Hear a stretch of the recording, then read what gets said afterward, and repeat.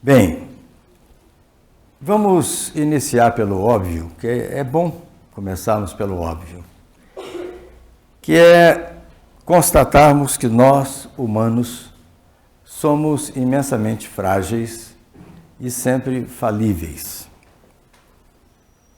E este seminário se proporá estudar algumas das nossas complexidades.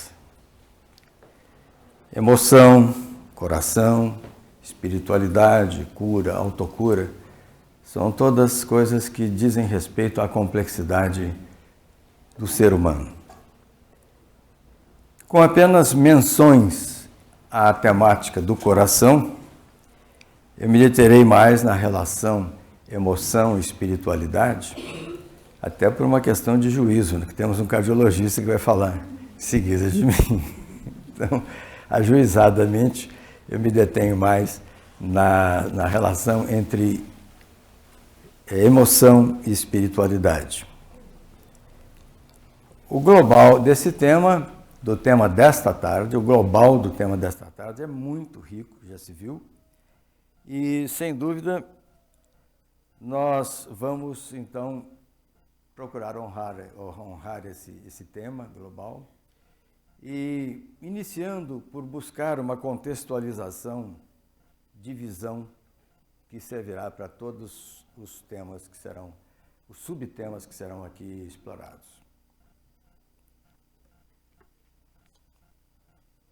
Há um cristão exemplar que viveu no século XVII, o matemático e filósofo Pascal, Blaise Pascal, se quiserem, Basílio Pascal. Blaise Pascal, tendo vivido no século XVII, enfermo desde criança, muito doente desde menino, viveu apenas 39 anos entre nós. E esses 39 anos foram suficientes para que Pascal marcasse definitivamente a trajetória do pensamento humano nesta nossa terra. E Pascal, na sua obra Pensamentos, que é a obra mais central de Pascal, Pensamentos, ele discorre sobre a conformação da alma humana. E é interessante dizer, Pascal, que a nossa alma se parece muito com a nossa morada, com a casa onde nós moramos. Porque a nossa casa, a nossa morada, ela tem uma sala de visitas, que Pascal chamava de res commerciarum, quer dizer, coisa de comércio. Ali se recebe todas as pessoas que nos procuram, são recebidas para se saber o que querem tratar conosco. Mas a nossa morada tem também os seus cômodos de intimidade da família. Então, a esses cômodos só têm acesso as pessoas que amamos muito ou as pessoas que espontaneamente foram ganhando uma ascendência moral significativa na nossa vida. E diz Pascal, a alma humana é muito parecida com isto. Nós temos uma camada exterior na nossa alma, que é a nossa camada de bate-papo. Papo pelo papo, papo pela animação do papo, pelo gosto do papo, essa coisa toda, que não tem compromisso, que não assume maiores compromissos. No entanto, há uma camada mais íntima, mais interior da alma humana, e a essa nós só damos acesso a pessoas que amamos muito. E a pessoas que igualmente tenham ganhado uma ascendência moral importante sobre nós. Então, diz Pascal, a única diferença entre a configuração da nossa casa e a configuração da alma humana é que a alma humana tem uma região nuclear, a mais central e nuclear região da alma humana, e a essa cada ser humano não dá acesso a absolutamente ninguém. Frase de Pascal. Ali, no núcleo da nossa alma, estamos a sós com Deus. Então, Pascal chamou essa região nuclear da alma humana de o mistério humano. E dizia Pascal com grande riqueza, desse mistério saem, flui arte, flui religião, flui arte, flui intuição científica, intuição tecnológica, flui essas coisas magníficas de que o homem é capaz, elas fluem do mistério mais nuclear da alma humana, auxiliado pelos estudos, mas sem a força desse mistério nuclear, Einstein saberia extraordinariamente física, mas não criaria tudo que criou em campo da física, por exemplo. Não é? Então, fica a pergunta, será que esse mistério humano, a região mais nuclear da nossa vida, não será ela o lado esquerdo do cérebro? É uma pergunta que hoje se faz, não se respondeu ainda, mas está se pesquisando nesse sentido. Pois bem, no vivente, em nós, alma e corpo são absolutamente complementares e integrados. Então, os dizeres populares são maravilhosos nesse sentido. Porque o povo diz, fiquei gelado de medo. Ora, o medo é letárgico.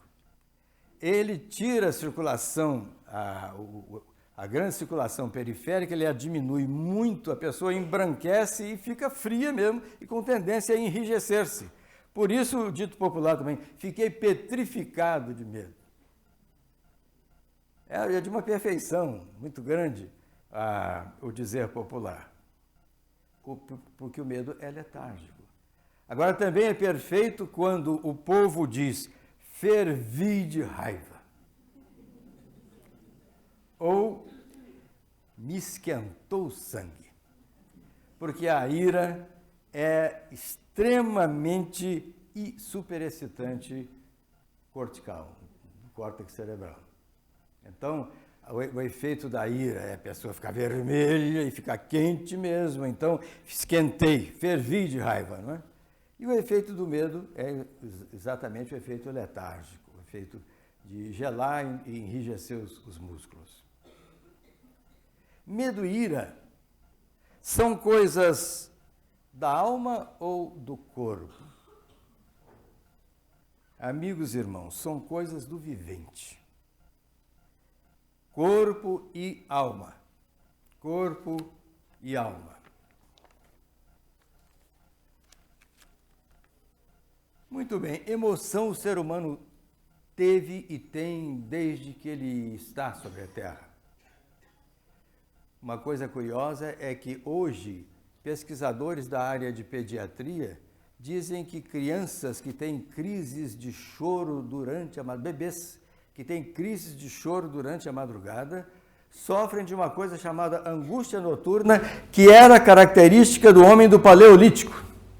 Está na memória do inconsciente, está na memória, quem sabe, se todos nós não estivemos no Paleolítico, lá na pré-história.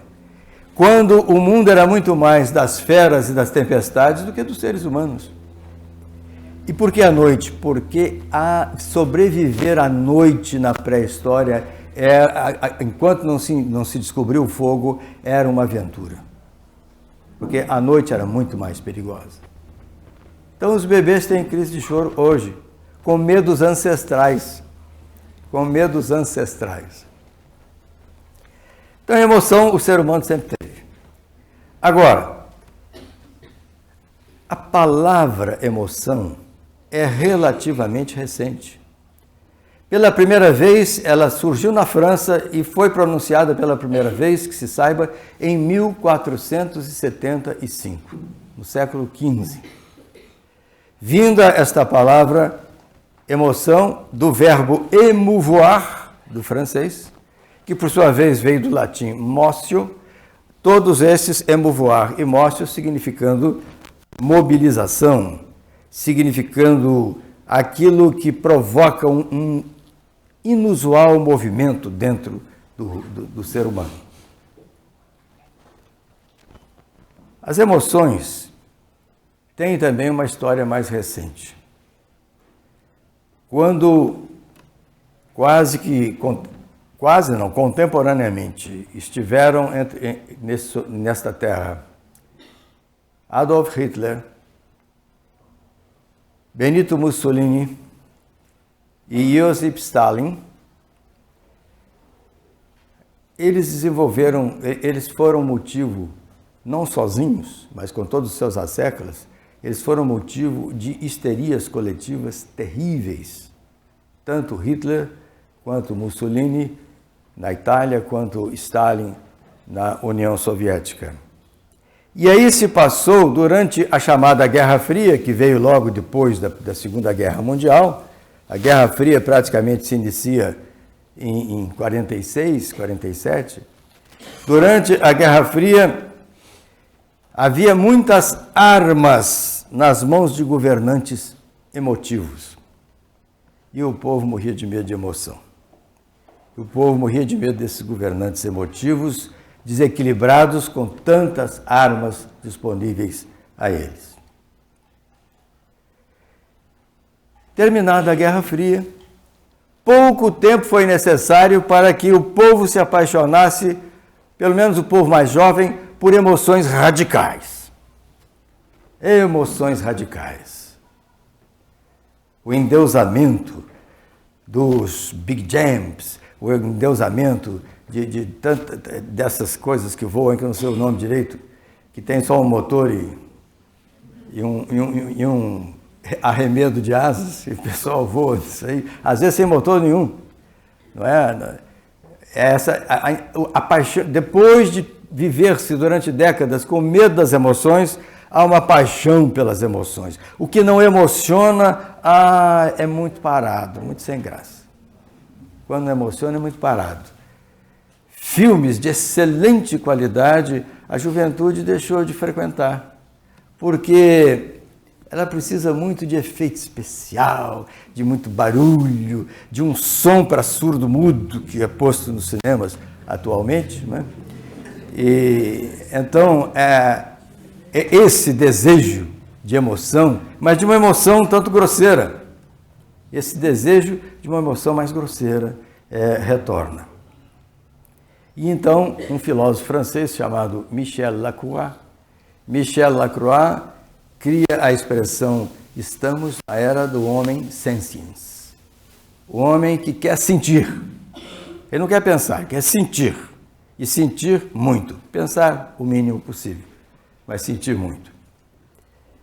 É o próprio Michel Lacroix que, numa sua obra importantíssima sobre as emoções, ele diz que há dois tipos de emoções. Há as emoções choques e há as emoções sentimento. As emoções choques levam a quê? Elas deixam as pessoas superexcitadas, porém insensíveis. As emoções chocantes deixam as pessoas superexcitadas, porém insensíveis. Enquanto que as emoções sentimentos, que também são chamadas por Lacroix de emoções contemplação, elas levam a um ser humano excitado pela sensibilização, pela sensibilidade. Então, Lacroix nos lembra de que as emoções choques são emoções de pico. Essa coisa de emoção radical, de experiência radical, é uma coisa de pico, assim. Ao passo que as emoções sentimento, as emoções contemplação, elas são ondulatórias, elas fluem, elas são ondulatórias. E as emoções, naturalmente, têm tudo a ver com os estresses tão decantados no mundo contemporâneo, né? Todas as situações, todo mundo hoje se julga com razão ou não estressado. E aí há muitas formas de se fazer graça, ou sendo vendo demais televisão, ou sendo, enfim, arrumando formas curiosíssimas. Já imaginaram ficar 5 horas jogando carta de baralho? Isso é um negócio desastroso, né? É bom, relaxa, diverte. Mas é meio desastroso que são 5 horas de uma vida que foram passadas jogando carta de baralho. Mas, enfim, os gostos são os gostos e os desejos são os desejos. E cada pessoa resolve as suas diversões. Quando eu pesquisava para escrever um livro que saiu em 1997 com o título Estresse Existencial e Sentido da Vida, publicado pelas edições Loyola. Esse livro, quando eu pesquisava para este livro, eu naturalmente procurei entrevistar psiquiatras e neurologistas a respeito do tema do estresse. E fiquei muito assustado quando ela era minha aluna de mestrado em Direito, era também advogada, e uma ótima neurologista, médica neurologista. E eu, conversando com a doutora Ana Maria Giordano, eu pergunto a ela, qual é o limite do estresse? E ela disse, o óbito. Pô, pior do que cair das nuvens, é cair da cadeira. Eu quase caí da cadeira onde eu estava entrevistando. Qual o limite do estresse? Ela falou, o óbito. Se não for cuidado, o limite do estresse é o óbito. Então, dizia essa neurologista, e eu achei muito interessante, ela dizia, nós vivemos, a vida não só apresenta facilidades e não só apresenta dificuldades. Como ela reveza facilidades e dificuldades, nós vivemos as chamadas perdas existenciais e os chamados ganhos existenciais. Quando vivemos perdas existenciais, a perda da paz, a perda da forma material de sobreviver, a perda de uma relação amada, querida, todas as perdas são emoções muito difíceis do ser humano enfrentá-las. Mas elas estão aí e fazem parte da vida de cada qual.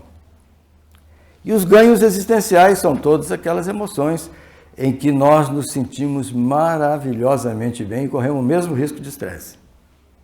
Tem gente que tem estresse de tanta felicidade. Casa e tem um piripaque, porque está tão feliz de ter casado e no dia seguinte do casamento está no hospital, porque excesso de felicidade também leva ao estresse. Mas o que leva mais aos quadros estressantes ou estressivos são as emoções de perdas existenciais. Então, o desencadeamento do estresse, na verdade, a tempestuosa do cérebro humano, isso eu estou novamente lembrando da neurologista. A zona mais tempestuosa do cérebro humano está no centro geográfico da cabeça, chamado núcleo do hipotálamo. Esse é o nome técnico dessa região. É o cérebro dos primeiros répteis. A vida veio do fundo das águas. Então é o cérebro dos primeiros répteis que ainda funciona na nossa cabeça, como funciona o cérebro dos primeiros mamíferos, e a única coisa só do ser humano tem o nome de neocórtex humano, precisa ter o adjetivo humano.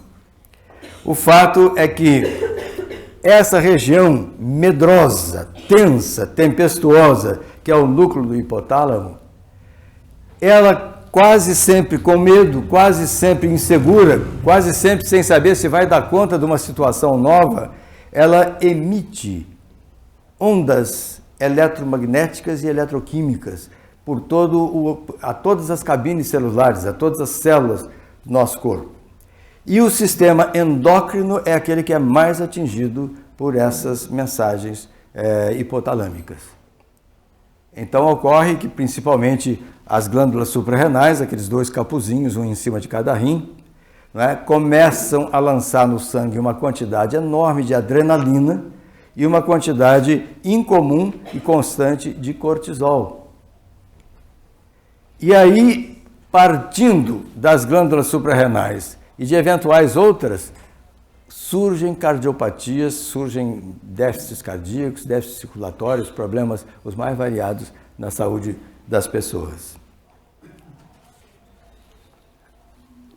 Em 2005, houve um simpósio aqui nessa cidade de Campinas sobre psicanálise e cinema. E o único não psicanalista que foi convidado para falar nesse simpósio fui eu. E eu, então, falei do que eu conheço. E eu lembrava exatamente isso naquele simpósio, que numa linguagem, digamos assim, territorial, como se a nossa alma fosse um território, é como se a nossa interioridade fosse dividida em rincões diferentes. E as nossas regiões de fuga são as mais superficiais. Então, a região que diz respeito a entretenimento, à distração, ao não querer saber de nada, ao desejo do relaxamento, essa é a nossa região mais superficial. Porque nessas regiões de fuga, as nossas tensões interiores estão imensamente abrandadas. Por isso, é preciso distinguir-se sensações emotivas de emoções. Porque a pessoa vai a um filme terrível, terrificante, ou de suspense, uma coisa assim, e ela diz sensacional. Deu sensação emotiva o tempo todo. Ela teve ou com o coração batendo muito, ou meio amedrontada ali dentro do cinema e tal. Então, sensações emotivas. Mas essas sensações emotivas estão na superfície das personalidades. Ao passo que emoção é quando as nossas tensões mais sérias são trazidas da superfície para a região profunda da nossa alma, a região mais profunda da nossa alma. Aí nós devemos falar de emoções, no sentido pleno dessa palavra. Não por outra razão, o filólogo Oais, Antônio Oais, que nós temos um dicionário, talvez o mais importante hoje publicado no Brasil, o dicionário Oais, no verbete de emoções ele adverte que as emoções produzem reações orgânicas de intensidade e duração variáveis, geralmente acompanhadas de alterações respiratórias, circulatórias, lacrimais, etc., reveladoras todas de grande alteração mental.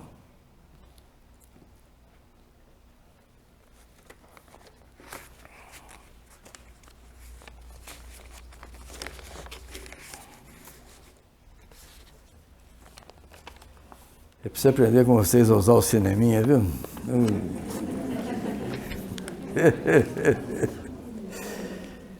Que esses papéis me dão trabalho. Muito bem. Chegamos então propriamente à relação entre emoções e espiritualidade.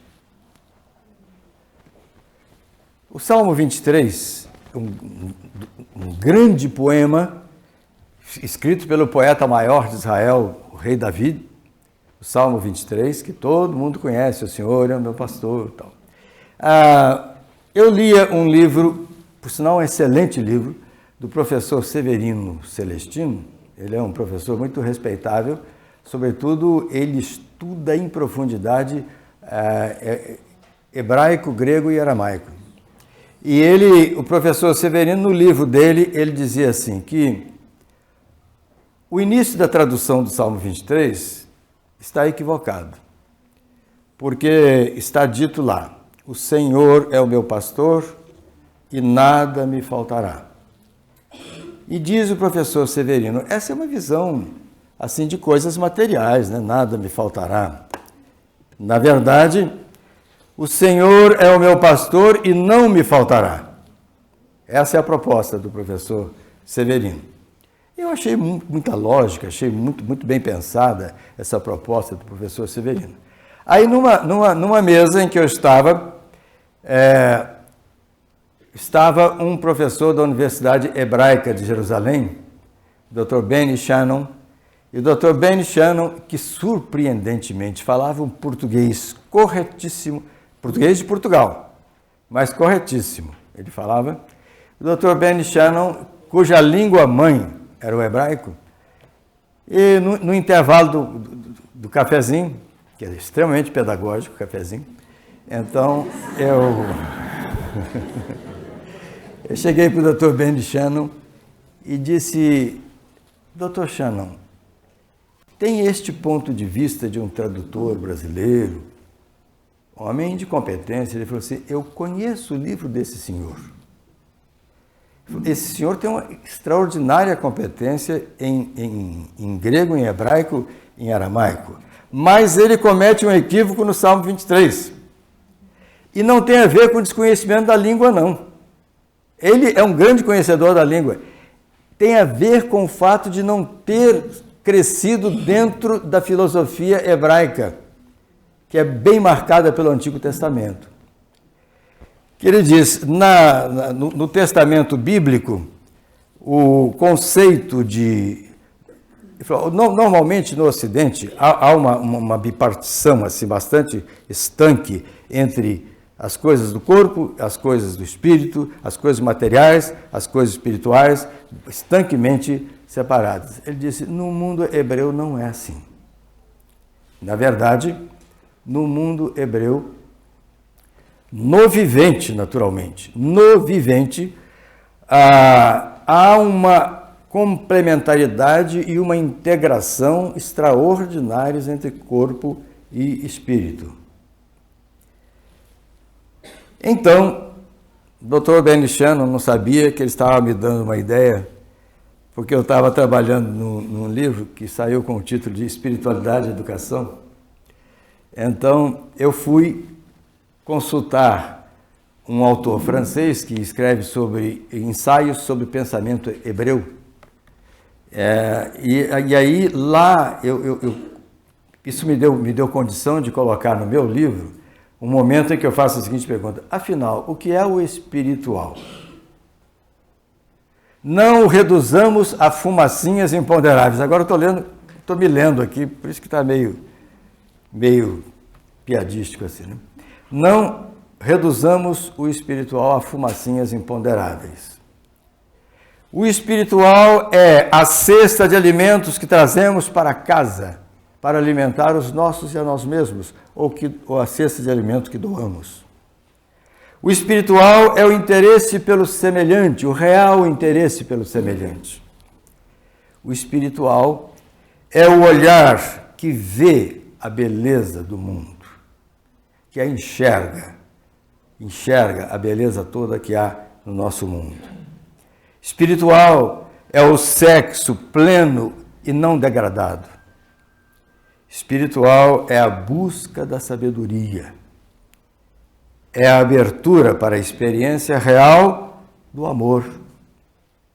E é a comunhão com a grande presença. Vejam que todos os itens anteriores conduzem à comunhão com a grande presença. Santo Agostinho dizia: Deus não é objeto de conhecimento.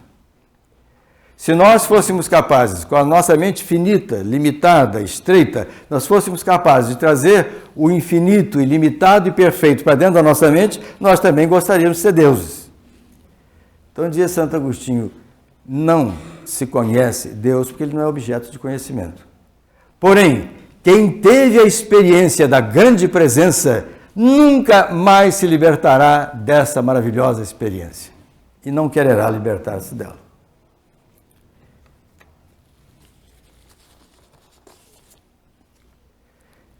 Pois bem, há um filósofo austríaco de ascendência e de religião judaicas, Martin Buber. Martin Buber, que viveu de 1878 a 1965, 87 anos, muitíssimo bem vividos. O Martin Buber, ele diz: afastar o olhar do mundo não me leva para perto de Deus. Olhar fixamente o mundo também não me leva para perto de Deus. Porém, aquele que integra tudo que vê e vive no tu eterno, este está na presença dele.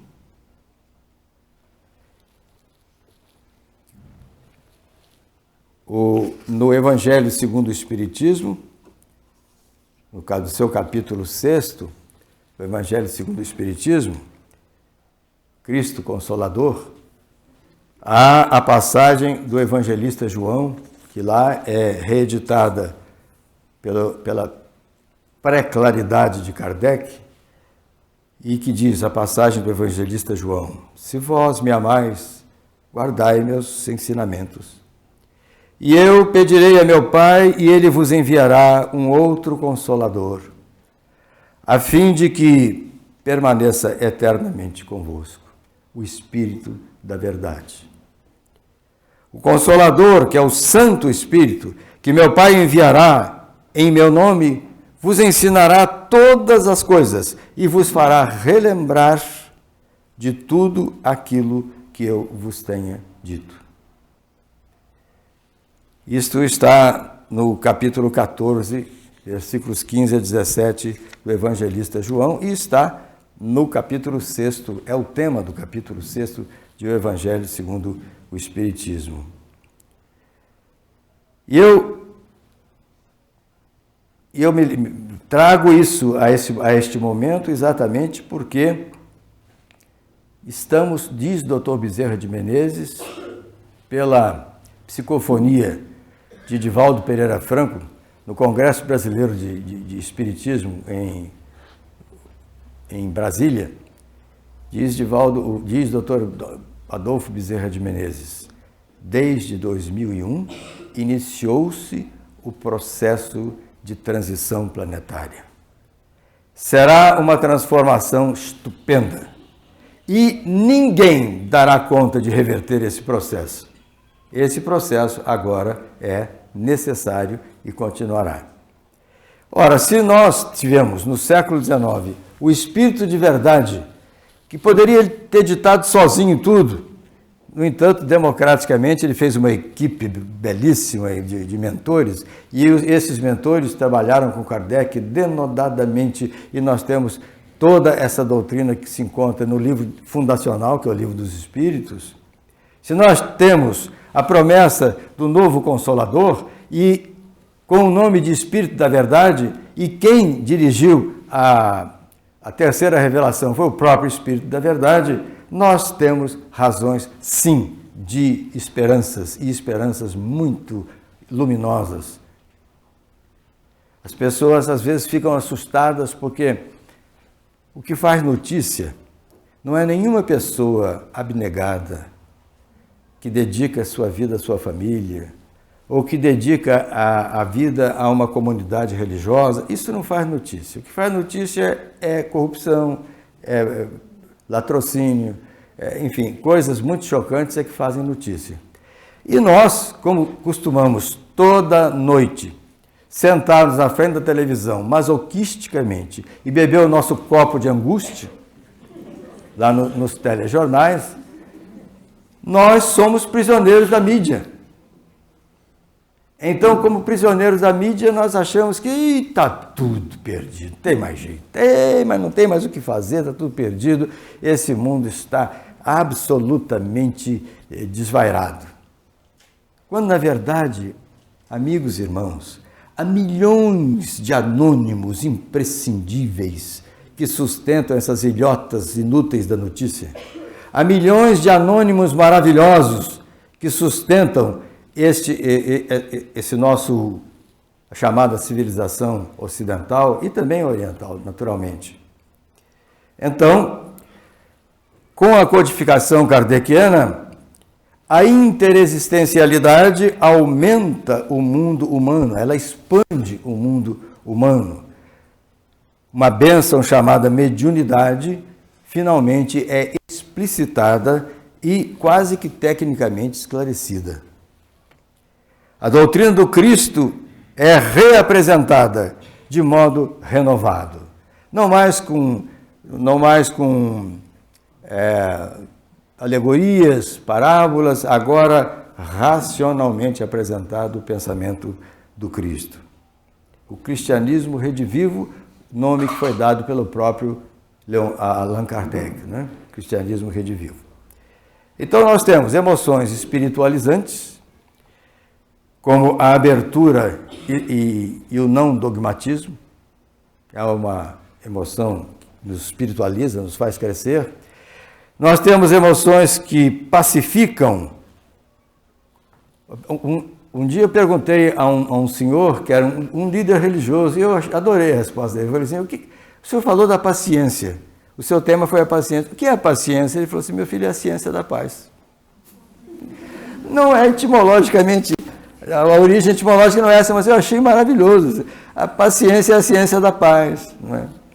Então, emoções que pacificam como ciência da paz. Acolhimento ao outro, que é diferente de mim, pensa diferente, tem gostos diferentes, veste diferente, é de uma outra cultura, mas o acolhimento ao outro é tão fundamental para que cresçamos humana e espiritualmente. Né? A humildade, nunca a arrogância. Uma alegria. Eu uso a expressão bem mineira da região de Divinópolis. Essa alegria sarada de estar no mundo e de poder contar com amigos, de poder contar com filhos, de poder contar com esposa. Não é? Eu acho isso maravilhoso. Essa alegria sarada de estar no mundo, de estar na vida e com os nossos semelhantes. Nossas emoções, ainda que muito espiritualizadas, são também carnais. Em nós viventes, em nós encarnados, nossas emoções, por mais espiritualizadas que sejam, são também carnais. Daí a psicossomática. Nossas emoções são o mais fiel retrato da vida. As nossas emoções. Me perdoem, eu disse que mineiro que não conta a casa é mineiro que degenerou, né, Andrei? Então eu vou encerrar com uma historinha que eu achei uma doçura. Mas com essa historinha, não faço demagogia, eu encerro. Um filho de judeus, judeu de religião, norte-americano, ficou muito rico. Arquimilionário, um homem de grande sucesso empresarial, ficou arquimilionário, riquíssimo, este judeu norte-americano. E ele tinha uma admiração imensa, quase uma paixão por um autor, um rabino, que os livros desse rabino corriam pela comunidade judaica e pelas livrarias de Nova York, e ele achava esse autor uma maravilha, esse rabino maravilhoso. Aí, um certo dia, ele falou assim, eu estou com essa grana toda, eu vou descobrir onde é que está o rabino e vou lá fazer uma visita para ele. Descobriu. O rabino estava vivendo em Tel Aviv, em Israel, na capital, em Tel Aviv, e ele voou para Tel Aviv. Chegando no aeroporto, tomou um táxi e entregou o endereço do rabino para o taxista. E o taxista pôs-se a rodar com o táxi e ele começou a ver bairros de periferia, umas casas pobrezinhas, umas coisas tão feinhas e tal. Ele falou para o taxista, o senhor tem certeza que o senhor está indo para o endereço correto? O taxista falou assim, eu não erro o endereço, meu senhor, eu estou indo para o endereço que está aqui na minha mão. Até que o táxi para diante de uma casinha modestíssima, humílima, e ele fica extasiado, porque quando ele abre o táxi e sai do táxi, quem vem à varanda recebê-lo? O rabino. O rabino vem recebê-lo. E aí ele não se aguenta e diz para o rabino, o senhor, um homem de um pensamento refinadíssimo, um homem apreciado mundo afora, o senhor mora nesse bairro, nessa casinha tão humilde? O rabino disse, o senhor saiu de muito longe e para vir aqui me ver só precisou de 2 malas pequenas. Ele foi e disse, mas eu estou aqui de passagem. Ele falou, coincidência, eu também no mundo.